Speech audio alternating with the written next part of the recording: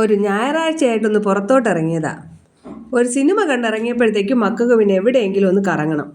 അങ്ങനെ പിന്നെ നമ്മൾ ഈസ്റ്റ് ഫോർട്ട് പോയി. ഈസ്റ്റ് ഫോർട്ട് നമ്മൾ തിരുവനന്തപുരത്തിൻ്റെ അഹങ്കാരവും അഭിമാനവും ഒക്കെ പത്മനാഭൻ്റെ അടുത്തേക്കാണ് പോയത്. അപ്പോൾ പത്മനാഭനെയും കണ്ട് അവിടെയുള്ള പത്മതീർത്ഥക്കുളം അവിടെ നമ്മൾ നിൽക്കുമ്പോൾ തന്നെ കുറച്ച് പേര് വന്ന് പൊരിയൊക്കെ ഇട്ട് കൊടുക്കുന്നുണ്ടായിരുന്നു. അവിടെ വിൽക്കാൻ വച്ചിട്ടുണ്ടല്ലോ, അത് കൊണ്ടിട്ട് പ്രാവൊക്കെ വന്ന് കഴിച്ചു. അതുപോലെ അവിടെ വെള്ളത്തിലെ മീനുകൾ, നമ്മളെ വിഷ്ണുവിൻ്റെ ആദ്യത്തെ അവതാരമാണല്ലോ മീനുകൾ. ആ മീനുകൾ വന്ന് മീനെ കഴിക്കുന്ന കണ്ട് ഞങ്ങളെല്ലാവരും അങ്ങ് ആസ്വദിച്ചു. പിന്നെ പോലീസുണ്ട്, അവിടെ എല്ലാവിധ സെക്യൂരിറ്റിയും ഉണ്ട്. പിന്നെ ഭയങ്കര തിരക്കായിരുന്നു. ഞായറാഴ്ചയായിട്ട് വലിയ തിരക്കാവില്ല എന്നൊക്കെ ഞാൻ വിചാരിച്ചത്. അതെൻ്റെ വെറും തെറ്റിദ്ധാരണയായിരുന്നു, എനിക്ക് മനസ്സിലായി. നല്ല തിരക്ക്, അതുപോലെ ഷോപ്പിങ്, നല്ല ഷോപ്പുകളൊക്കെ ഉണ്ടായിരുന്നു. കുറേ സാധനങ്ങളുണ്ടായിരുന്നു. ആളുകളൊക്കെ അതൊക്കെ നോക്കി വാങ്ങുന്നുണ്ടായിരുന്നു. പക്ഷേ ആ വ്യൂ നല്ല രസമുണ്ടല്ലേ. ആ ക്ഷേത്രത്തിൻ്റെ ആ ഒരു ഗോപുരവും ആ കുളവും എല്ലാം കൂടെ ഭയങ്കര രസമാണ്. എത്ര കണ്ടാലും നമുക്ക് മടുപ്പ് വരാത്ത ഒരു സ്ഥലമായത്. എന്തായാലും മക്കൾ കുറച്ച് എൻജോയ് ചെയ്തു. നമുക്കെപ്പോഴും പൈസ ചിലവാക്കിയുള്ള കറക്കം മാത്രമല്ലല്ലോ, ഇങ്ങനെയുള്ള നമുക്ക് മനസ്സിന് സന്തോഷമുണ്ട്. നമുക്ക് വലിയ ചിലവും ഇല്ല, നമ്മുടെ നാട്ടിലുള്ളതാണ്, സിനിമയും കണ്ടിട്ട് വന്നതാണ്. എന്ത് രസകരമായിട്ട് നമ്മൾ ആ സ്ഥലമൊക്കെ ആസ്വദിച്ചു.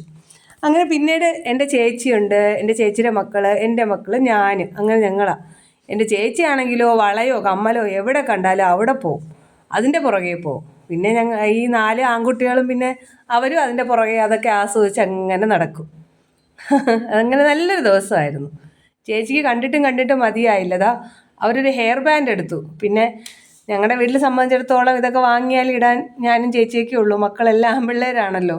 പിന്നെ മോനിട്ട് ഒന്ന് പ്രാക്ടീസൊക്കെ ചെയ്തു. അവനും അത് എൻജോയ് ചെയ്തു.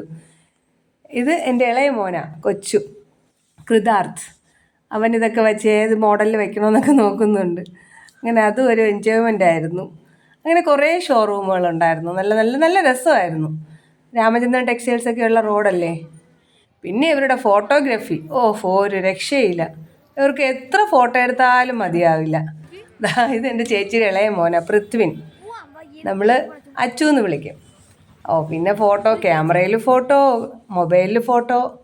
പോണ വഴിക്ക് പാവം കപ്പലണ്ടി ചൂട് മണലിൽ കിടന്നങ്ങ് പൊരിയുക. പിന്നെ ചേച്ചിക്ക് ഇതുവരെയും കമ്മലൊന്നും വാങ്ങിച്ച് മതിയായില്ല. എവിടെ കണ്ടാലും അവിടെ നിൽക്കും. വീണ്ടും ഒരു വളക്കട എത്തി. ഇതാ ചേച്ചി വീണ്ടും അതിലൊക്കെ വീണ്ടും നോക്കുക. വള, കമ്മൽ, ഒരു രക്ഷയില്ല. അങ്ങനെ പിന്നെ മക്കളും അതെല്ലാം കണ്ടുകൊണ്ടിങ്ങനെ നിൽക്കുന്നു, അല്ലാതെ വേറെ വഴിയില്ലല്ലോ. പിന്നെ അവർക്ക് ബെൽറ്റ് വാങ്ങി, ഈ മറ്റേ കറങ്ങുന്ന ബക്കളുള്ള ബെൽറ്റ്. അതിൻ്റെ വലിയ സന്തോഷത്തിലാണ് അവർ. പിന്നെ വളയും കുപ്പിവള കണ്ടു.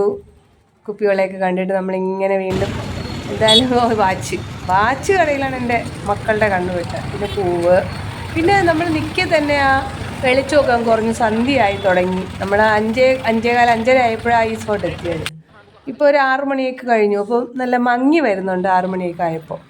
പിന്നെ എന്തായാലും അവിടെ നിന്ന് ഇറങ്ങി അങ്ങനെ വന്നപ്പോഴാണ് പഴവങ്ങാടി. നല്ല തലയെടുപ്പോടെ നിൽക്കുക പഴവങ്ങാടി. അതും കഴിഞ്ഞ് പിന്നെ എന്തെങ്കിലും ഒന്ന് കഴിക്കണമല്ലോ എന്നുള്ള ഒരു ഉദ്ദേശം. രാത്രിയുള്ള ഫുഡും കൂടെ കഴിച്ച് കഴിഞ്ഞാൽ പിന്നെ ഇന്നത്തെ പരിപാടിയും കഴിയും. അങ്ങനെ അതിന് വേണ്ടിയായി. പിന്നെ മനസ്സിൽ കണ്ട ഹോട്ടലൊന്നും കണ്ടില്ല. പിന്നെ അങ്ങനെ നമ്മൾ കുറെ കൂടെയൊക്കെ മുന്നോട്ട് പോയി ഒരു കട കണ്ടെത്തി. നമ്മളെല്ലാവരും ഫുഡിന് കാത്തിരിക്കുകയാണ്. അങ്ങനെ ആഹാരമൊക്കെ കഴിച്ച് ഇന്നത്തെ ദിവസം ധന്യം. ഇനി വീട്ടിൽ പോവുക, എല്ലാം ഒതുക്കുക, കിടന്നുറങ്ങുക. നാളത്തേക്ക് എല്ലാം റെഡിയാവുക. പിന്നെ ഫുഡ് എന്ത് കഴിച്ചു എന്നൊന്നും പറയുന്നില്ല, അതൊക്കെ സസ്പെൻസ്.